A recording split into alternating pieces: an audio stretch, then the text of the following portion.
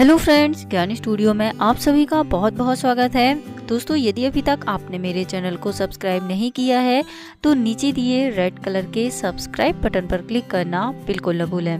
तो चलिए दोस्तों, आज की इस वीडियो में मैं आप सभी को बताती हूँ एक और नए घरेलू नुस्खे के बारे में। तो दोस्तों, आज की इस वीडियो में मैं आप सभी को बताऊंगी कि यदि आपको सूखी खांसी हो जाती है तो आप किन चीज़ों का सेवन करें जिससे कि आप इस समस्या से निकल सकें। तो दोस्तों, ऐसे में खजूर जो होता है उसका सेवन करना आपके लिए लाभदायक होता है, क्योंकि दोस्तों जो सूखी खांसी होती है वह आपको सर्दी जुकाम की वजह से होती है, और सर्दी जुकाम जैसी जो समस्या होती है अमूमन ठंड के मौसम में ज़्यादा होती है। तो खजूर की प्रकृति जो होती है वह गर्म होती है, जिसकी वजह से सर्दियों के मौसम में खजूर का सेवन करना आपके लिए लाभदायक होता है। यह सिर्फ सूखी खांसी को भी नहीं, आपको और भी कई सारी बीमारियों से बचा कर रखता है। इसके अलावा यदि आपको सूखी खांसी होती है तो आप तरबूज जो होता है उसका सेवन करें। सूखी खांसी में तरबूज खाना भी बहुत ही उपयोगी होता है।